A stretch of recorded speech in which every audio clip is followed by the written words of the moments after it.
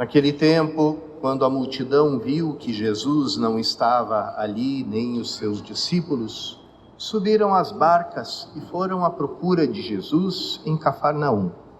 Quando o encontraram no outro lado do mar, perguntaram-lhe: Rabi, quando chegaste aqui? Jesus respondeu: em verdade, eu vos digo, estais me procurando, não porque vistes sinais, mas porque comestes pão e ficastes satisfeitos. Esforçai-vos, não pelo alimento que se perde, mas pelo alimento que permanece até a vida eterna, e que o Filho do Homem vos dará, pois este é quem o Pai marcou com seu selo. Então perguntaram: que devemos fazer para realizar as obras de Deus? Jesus respondeu: a obra de Deus é que acrediteis naquele que ele enviou. Eles perguntaram: que sinal realizas para que possamos ver e crer em ti? Que obra fazes?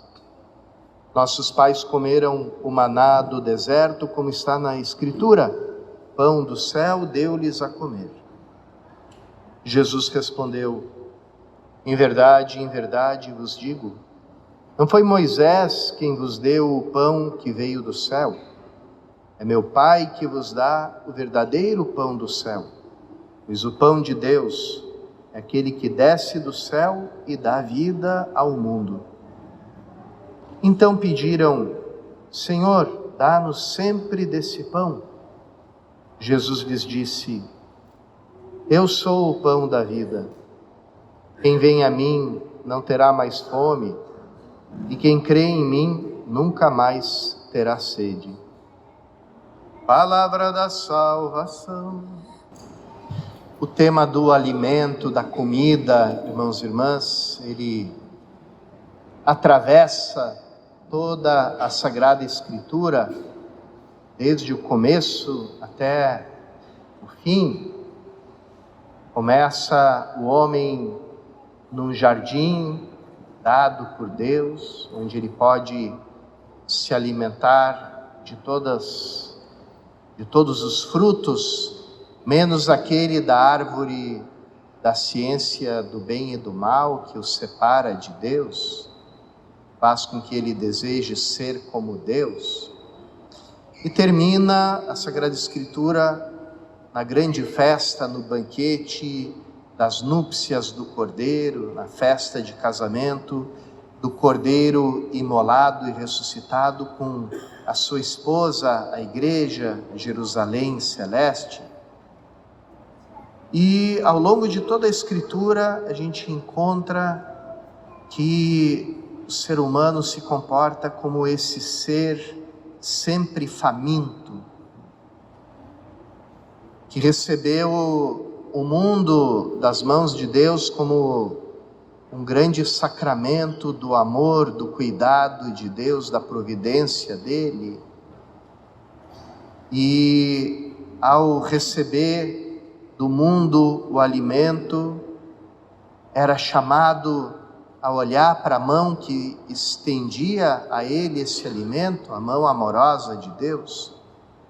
No momento que o ser humano se separa de Deus, o mundo e o alimento que o homem tira dele, perde o seu caráter sacramental, perde a sua transparência, quer dizer, o seu caráter de sinal do amor.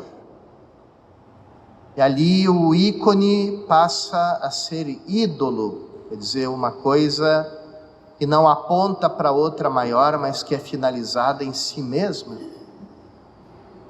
E ali começa essa busca angustiosa do ser humano, que já não se comporta de forma equilibrada, de forma sóbria com relação ao mundo, porque quem confia na providência de Deus não precisa ficar acumulando, e quem vive do amor de Deus não precisa buscar nas coisas algo que preencha o vazio do seu coração.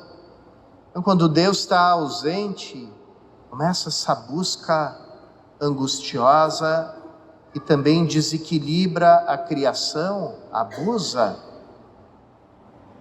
da natureza, porque procura tirar dela, arrancar dela aquilo que ela jamais pode nos dar, e é a saciedade para essa fome de infinito, para essa fome de Deus que nós temos. E ali começa esse grande pecado da gula do ser humano,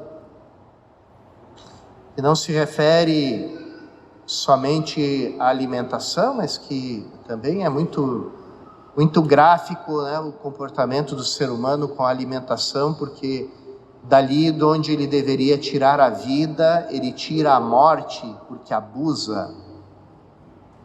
Como uma vez escutei quando criança um padre que dizia assim: a maioria dos seres humanos, a maioria das pessoas, cava a própria sepultura com a boca. Quer dizer, aquilo que nos traz a morte é justamente ali onde a gente vai procurar a vida. Como a gente não tem equilíbrio, encontra a morte. Aquilo que era para nos dar saúde nos faz mal, porque a gente abusa, que a gente procura naquilo aquilo que jamais pode dar, saciar esse vazio de Deus, esse vazio infinito. E assim não só na comida, essa busca neurótica, angustiosa, desesperada, louca, insensata, acontece também em todos os terrenos, no campo da sexualidade, no campo da economia, no campo da busca da própria glória, da própria fama, do dinheiro, de tantas coisas. Ali o ser humano está procurando, no fundo de tudo, aquele Deus perdido, que ele jamais vai encontrar nas coisas, porque elas perderam a transparência delas, perderam o caráter de sinal. E é por isso, e é nessa luz que a gente olha o milagre da multiplicação dos pães de Jesus, que nesse evangelho que a gente escutou, o povo quer que ele repita mais e mais, porque também não enxergou esse pão multiplicado como um sinal, e encontrou nesse pão multiplicado mais um ídolo. Então, continua nos multiplicando esse pão, Jesus. Achavam, Jesus veio ao mundo para abrir uma padaria, e Jesus é muito claro, diz: vocês estão me procurando não é porque vocês viram um sinal, mas é porque vocês comeram e ficaram saciados. Só que esse alimento que vocês comeram, vocês vão voltar a ter fome. Então esse alimento, ele é só um sinal de um outro alimento, que quem come não tem mais fome, é saciado para a vida eterna. E depois as pessoas ali pensavam que esse alimento prometido dependia de alguma obra deles, porque foi assim que todas as religiões ensinaram o ser humano. A religião é aquela realidade que quer ensinar para o ser humano o que ele deve fazer para chegar até Deus. Mas o anúncio da vida nova em Cristo é justamente o contrário. É o anúncio do que Deus fez para chegar até nós. Então Jesus diz uma coisa surpreendente que frustra a expectativa de todas as religiões, porque eles perguntam: que devemos fazer para realizar as obras de Deus? E ele responde: a obra de Deus é que acrediteis naquele que ele enviou. Quer dizer, Deus tem tudo para te dar. A única coisa que você precisa é acolher isso com fé, é acolher aquilo que ele veio te dar na acolhida da fé, e o resto tudo, ali o Espírito Santo morando em ti, faz acontecer, né? Porque isso a gente vê na vida dos santos. O santo é aquele que diz: tudo é graça. E quando a gente olha para todo santo, nenhum santo é preguiçoso, nenhum santo fica parado, porque o Espírito Santo vai agindo na vida dele, fazendo ele realizar as obras de Deus. Mas ele realiza as obras de Deus não porque alguém mandou ele fazer isso, mas porque ele acolheu em si o Espírito de Deus que age nele. Então, Jesus, no fim, revela do que aquele pão multiplicado era o sinal. É o sinal do próprio Cristo.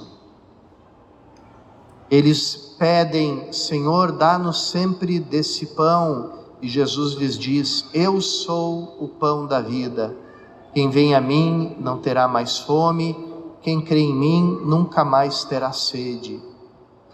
Para receber e para se alimentar desse pão que é o próprio Cristo, ele nos transforma em criaturas novas, e nós deixamos para trás o homem velho, né, que São Paulo se refere de uma forma indireta ao rito do batismo, onde a pessoa se despojava das suas vestes, fazia o mergulho batismal e era revestido com uma veste nova, com uma veste branca.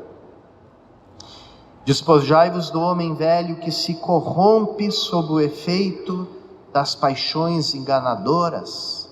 Essa gula, né, que o ser humano tem diante do mundo. Revestiu o homem novo, criado à imagem de Deus, em verdadeira justiça e santidade.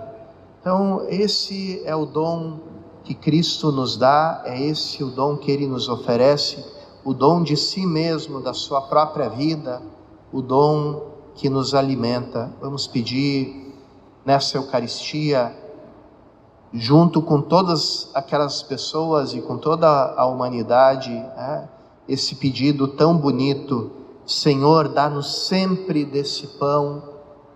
Esse pedido ao qual Ele sempre nos responde: eu sou o pão da vida, quem vem a mim nunca mais terá fome.